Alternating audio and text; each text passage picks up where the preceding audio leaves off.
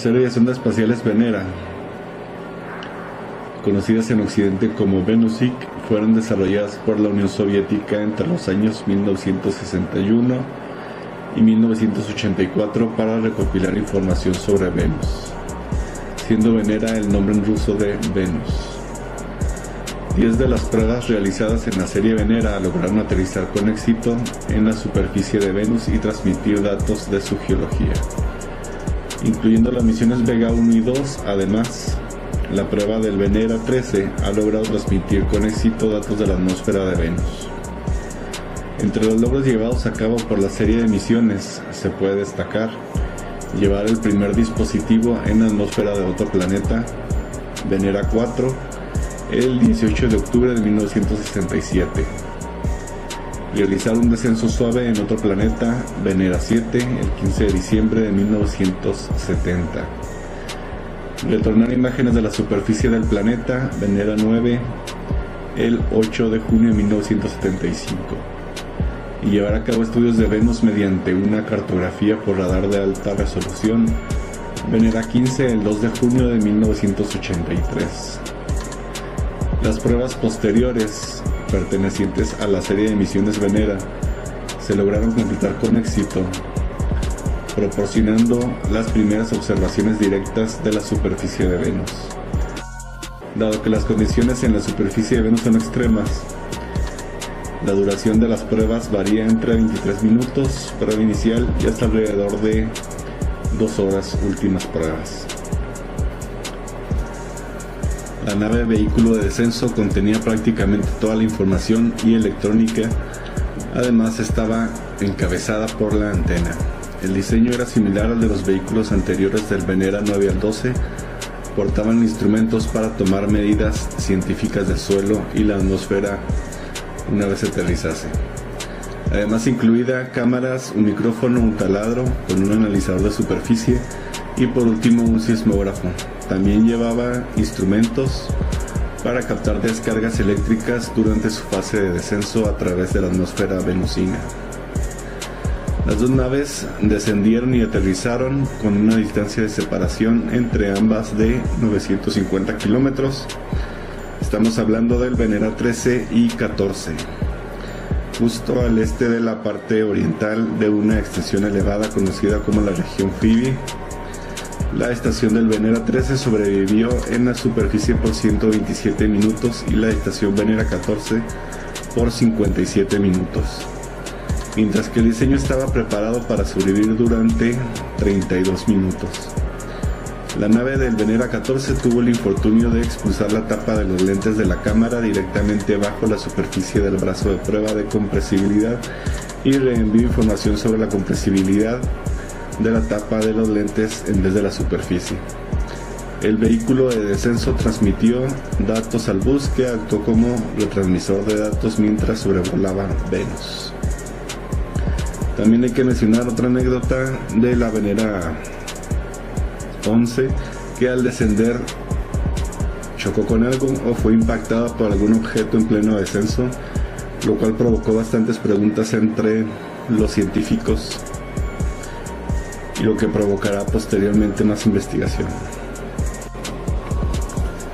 La posibilidad de la existencia de vida en Venus se convirtió a partir de la década de 1950 en algo aparentemente imposible.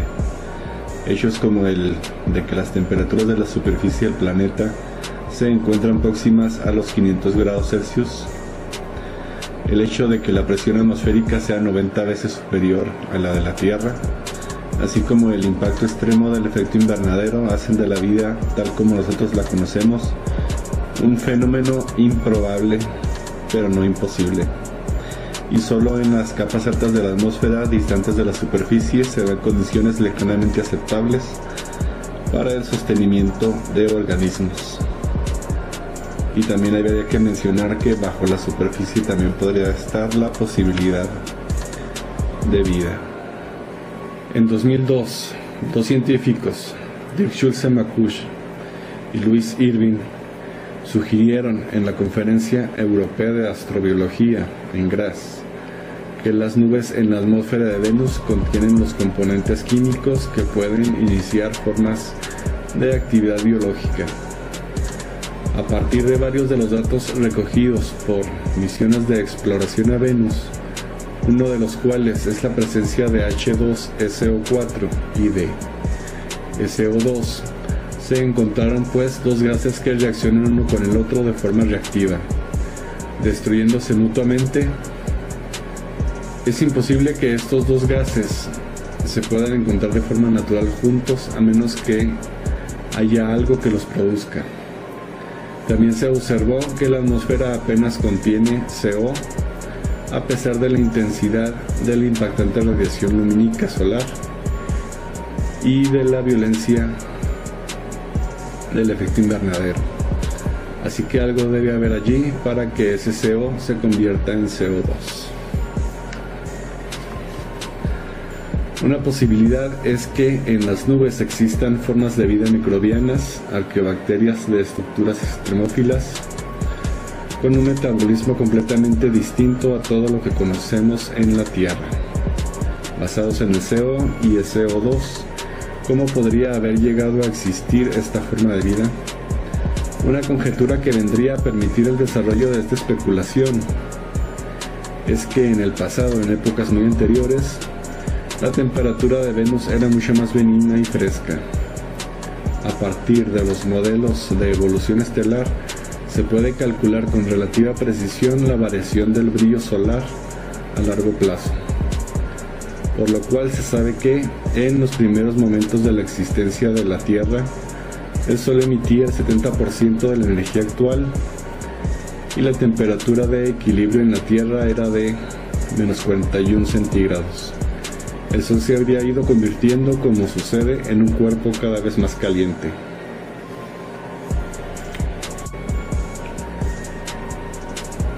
Pero en este pasado hipotético, la luz del Sol era por lo tanto mucho menos violenta. Siendo así, se presenta como factible.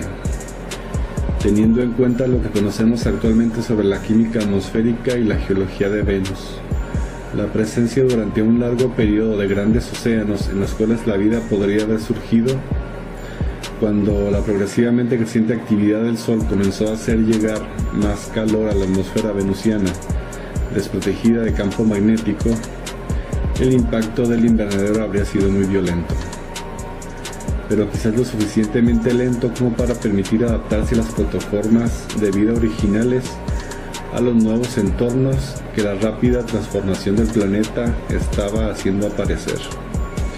Y por ejemplo, en las nubes, donde las temperaturas todavía ahora son moderadas, podrían ser un nicho biológico y tener en cuenta donde sería posible que tales hipotéticas formas de vida hubieran sobrevivido.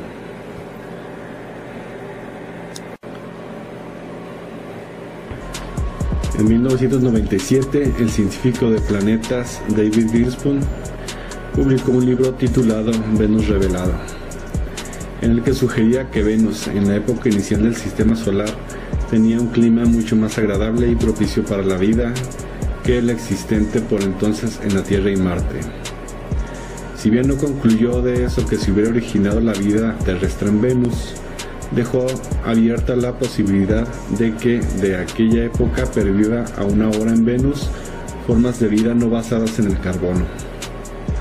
En cualquier caso, es posible que las misiones terrestres a Venus de esta manera completen irónicamente un ciclo al retornar al origen. En los primeros tiempos, el sistema solar, tanto en Venus como en la Tierra y Marte, podrían, en las sopas primigenias, encontrarse los elementos orgánicos vivos para la vida, tales como la que sabemos puede presentarse en la Tierra hoy. Sus teorías no excluyen como posible que la materia orgánica presente en un planeta, por la acción de impactos de meteoritos, pueda viajar de un planeta al otro. Así es posible que si no se presentó espontáneamente la vida en la Tierra, Venus la contaminara. Y esto se basa también en una experiencia de la posibilidad de que fragmentos de otros planetas lleguen a la Tierra y contaminen con la vida generada en ellos a la Tierra. Hace poco se encontró un meteorito proveniente de Marte, pero hablaremos de eso después. ¿Qué planetas ofrecían entonces a los demás planetas las mejores condiciones para la vida? Parece que la respuesta es Venus. En los 4.500 millones de años que existe nuestro Sol, su calor ha ido incrementando progresivamente.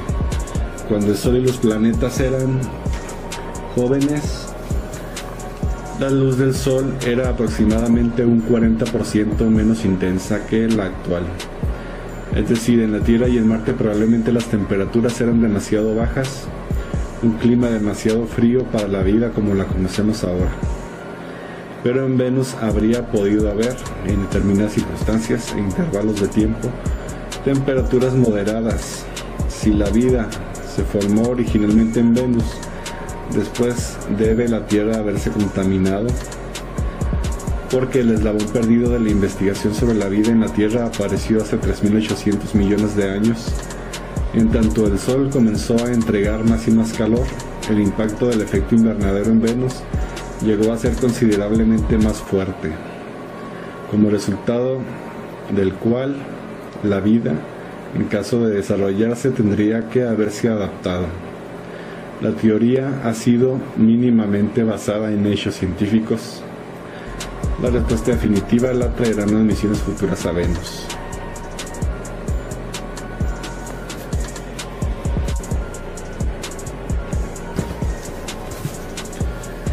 Durante el tercer encuentro del Venus Analysis and Exploration Group, en enero de 2007, se planteó que el océano primigenio de Venus pudo existir durante un periodo superior a los 2.000 millones de años, más de la mitad de la historia del planeta, planteándose la cuestión de un posible desarrollo de formas de vida. Eso, unido al hallazgo de un campo magnético residual durante la misión Pioneer Venus, y la hipótesis de que la magnitud del mismo tuvo que ser similar al de la Tierra, lleva a conjeturar, como afirma el biólogo español Alberto G.